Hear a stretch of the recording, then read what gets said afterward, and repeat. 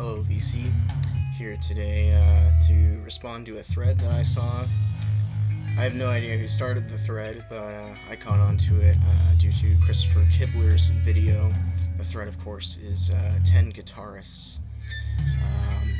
Guitar, obviously, is a focal, important instrument in rock music and all kinds of popular genres, so I think more so than a lot of instruments, it's pretty easy to compile a giant list of guitar gods and whatnot. So accordingly, I have a short list of honorable mentions. So we have Bill Orcutt, Mary Halverson, Jan Deck, Alvarius B., otherwise known as Ellen Bishop from Sun City Girls, James Blood Ulmer, of course, Eugene Chadbourne, Otomo Yoshihide, though I kind of appreciate him more as a noise musician overall than a guitar player, though he is an excellent guitar player, and a student of one of the guitar players I'll be showing later in this video. And Frank Zappa, similarly, I appreciate him more as a composer than a guitar player, though it's hard to deny his chops. So let's get into it. Playing in the background, and at number 10, we have Wendy Eisenberg. This is her release, The Machinic Unconscious, her first group recording, the trio of Trevor Dunn and Chess Smith, I believe, on drums. Yes, on Zodic from 2018. This is really interesting. There aren't a whole lot of female guitar players that I'm aware of. I mean, they're definitely out there, but they don't get the representation they deserve, and so I'm not including this to play identity politics or anything like that. You know, it's not like the DNC propping up a candidate with sexual assault allegations and then, oh, we'll just excuse it by picking a female VP. That's right, I said that. I'll talk about politics on here once in a while, but the focus today is guitar players, of course. So, at number 9, we have Mick Barr. This is a trio he did with Tim Dahl and Kevin Shea, I think is the drummer's name. This is, if you don't know Mick Barr, he's kind of a heavy metal shredder guitarist, but one who also is heavily involved in the New York improvisation scene. He's done a lot of stuff at the Stone that's well worth watching. A lot of those videos are online.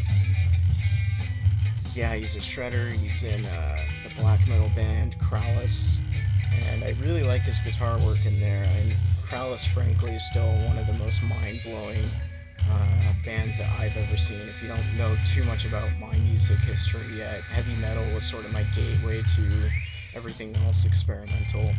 So this kind of gets me in touch with those roots a bit. And this other thing I'll show here, Orthrome. This is mind-blowing. I mean, it's one 45-minute piece of minimalistic, loud, it's just a guitar and drums.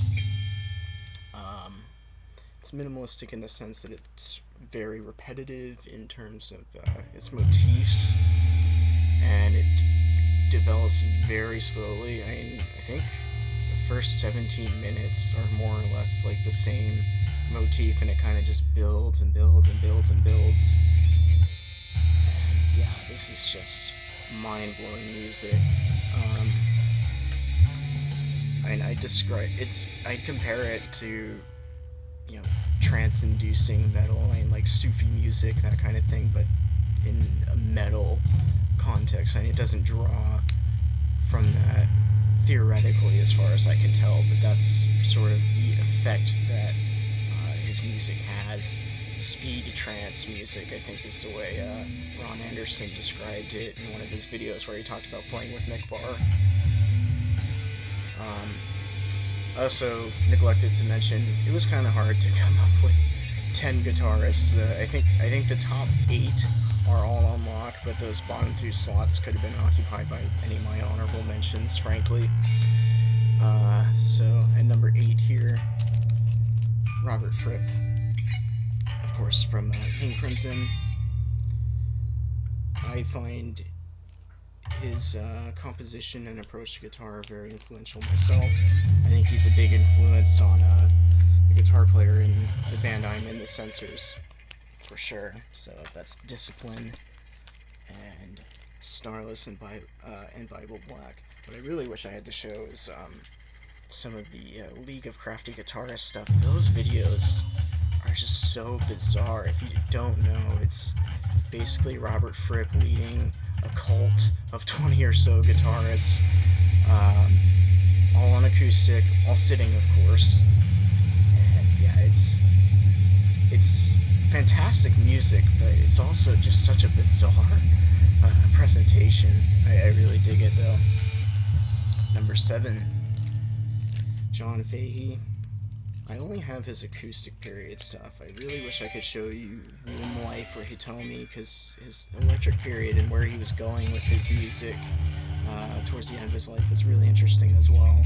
But of his early acoustic records, this is absolutely my favorite. Fair Forward Voyagers draws the most, from what I can hear, from sort of Indian and South Asian influences into the playing, more raga-esque than a lot of his other albums. Absolutely fantastic, mind-blowing record. Quite relaxing as well. Of the guitarist that Chris Kibler showed, Fahey's one that I absolutely agree with, and I'll get to the other one in a bit. Keiji Haino, this is his group Fushitsusha. Unlike other Fushitsusha records, this one called Purple Trap, the album cover is all purple instead of all black. And you probably can't read, oh yeah, you can kind of make it out. Purple on purple text as opposed to black on black text. But if you don't know Fushitsusha and Keiji Haino, he's a noise guitarist extraordinaire, multi-instrumentalist as well, I should mention. And Fushitsusha to me is some of the finest noise rock ever made. It's quite psychedelic. As far as I can tell, mostly improvised. I mean, there are definitely some written motifs that they come back to again and again. I have several of their discs, and that one's been a highlight recently. And then this is a more recent one he did in his trio with Jim O'Rourke and Oren Mbarchi joining him. What is the title of this one? He's also notorious for his ridiculously long titles. Let's see. In the past, only geniuses were capable of staging the perfect crime, also known as a revolution. Today, anybody can accomplish their aims with the push of the button. Where's that? Wait. Yeah, that is this title. This is really good. Everything with this trio, and frankly, just about everything I've heard Keiji Haino does do is consistently interesting. And he has a lot of records where he's not even playing guitar. Just his approach to music in general is quite interesting. Highly, highly recommended. I think, where are we at? 5 or 6? I think, doesn't matter. Fred Frith, obviously the band. Henry Cow. I really wish I had some of his solo guitar records to show. I also have solo group efforts, this one being Gravity, with Samo Mama Smana and the Muffins being his backing bands. But I think his guitar extended techniques are much more apparent on like his first solo guitar album, for example, or the Fred Frith Trio, which I've had the pleasure of seeing. And yeah, watching him do his thing with all his extended techniques and his use of effects pedals, it's excellent. He's an extremely inventive guitarist, and of course, if you haven't heard Henry Cow, that's some of the finest, most intelligent rock music ever made. Now we come to Sonny Sharrock. It's being asked the ages. I only have it on CD. Pharoah Sanders, Elvin Jones, and Charnette Moffett, the player I'm least familiar with here. But yeah, Sonny Chirac is just the ultimate shredder, really. Such a refreshing musician to hear in jazz, really, when I first came across him.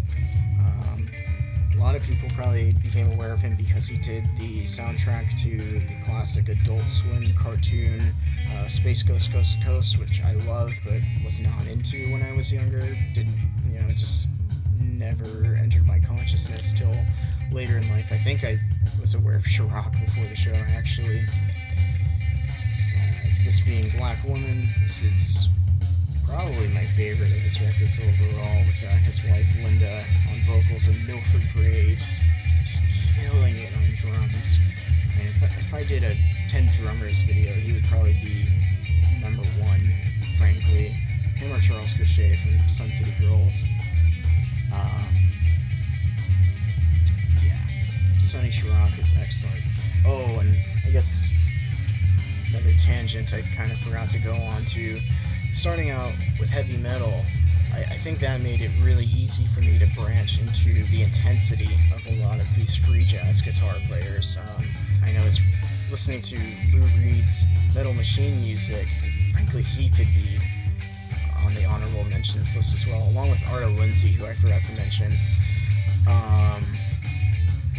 Anyway, in the original liner notes of Metal Machine music, I guess he considered his Noise record to be an invention of heavy metal and the ultimate conclusion of heavy metal. I wouldn't go that far, but I can hear what he's talking about, because I think the intensity of heavy metal is made much more clear when you eliminate structure from the music with people like Mick Barr, or the free jazz guitarist, or this next guitarist especially, who was doing stuff contemporaneously with Lou Reed, around the same time. And I'm talking about Masayuki Takayanagi. Oh man, you can't make that out at all. This is Axis, another revolvable thing with the New Direction unit. From sometime in the 70s, yeah, it looks like 75 is the performance date.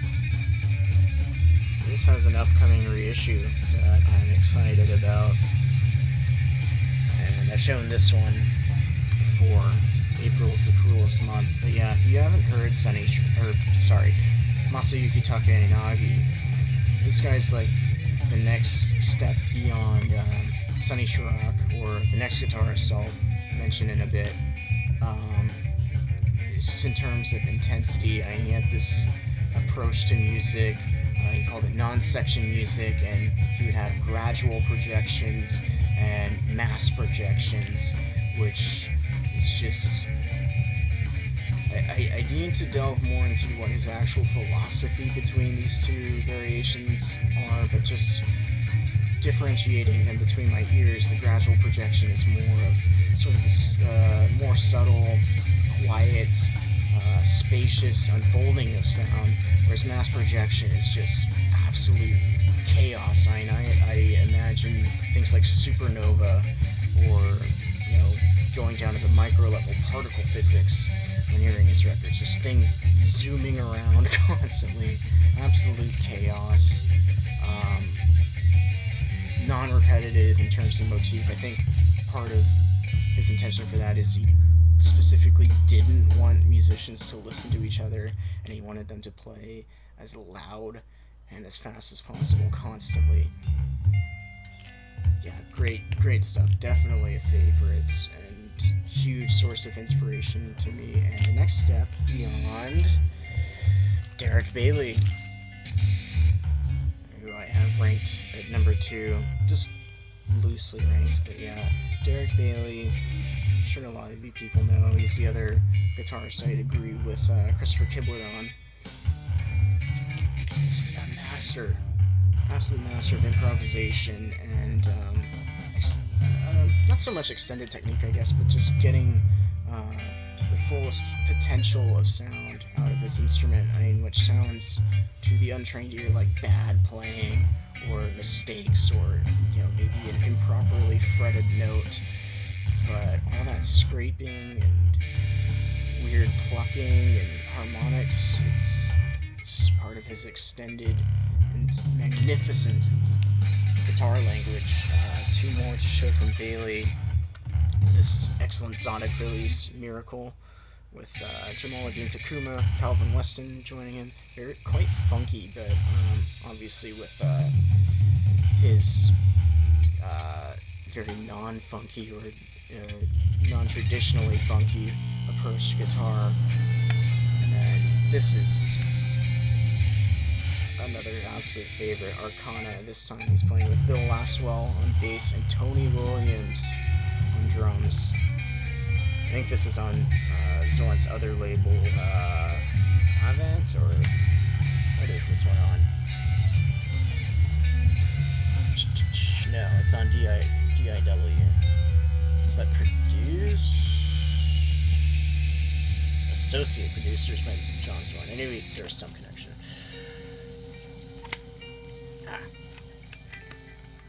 Excellent. Let's hear stuff. And last, I should mention that these aren't necessarily, in my opinion, the most virtuosic or best guitars, but just my favorites in terms of what I like to listen to. So who I have in the number 1 slot is Richard Bishop of Sun City Girls. This is probably my favorite of his solo records. It's called While My Guitar Violently Bleeds. Riff on the Beatles song While My Guitar Gently Weeps.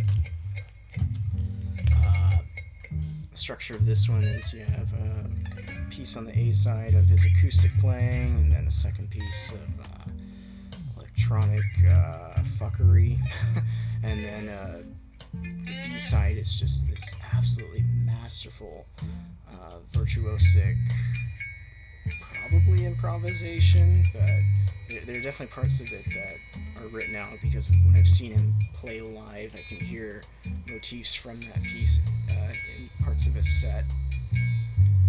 Yeah, and like Fahey and surely some other guitarists on this list, this guy is entirely self-taught, which makes him especially influential to me, because I have no formal training. I try to learn everything myself, and just through listening and picking up bits of theory here and there where it's applicable to music I like to try to play. And of course, he's from Sun City Girls, so I'll show one of those records. Still have the rest of the collection I'd like to show eventually, but this is Dawn of the Deadeye, recently reissued on Abduction. This is an original I bought like a month before that was announced and paid a lot more for, but I don't care. Glad to have it in the collection. Strictly in terms of guitar playing, this is the one to check out, in my opinion, from Sun City Girls. Very skronky, showcases each and every one of their skills as improvisers. Really quite good, quite excellent. So that's my 10 guitarists. I'll be back with more records soon enough. Take care, everyone. See you next time.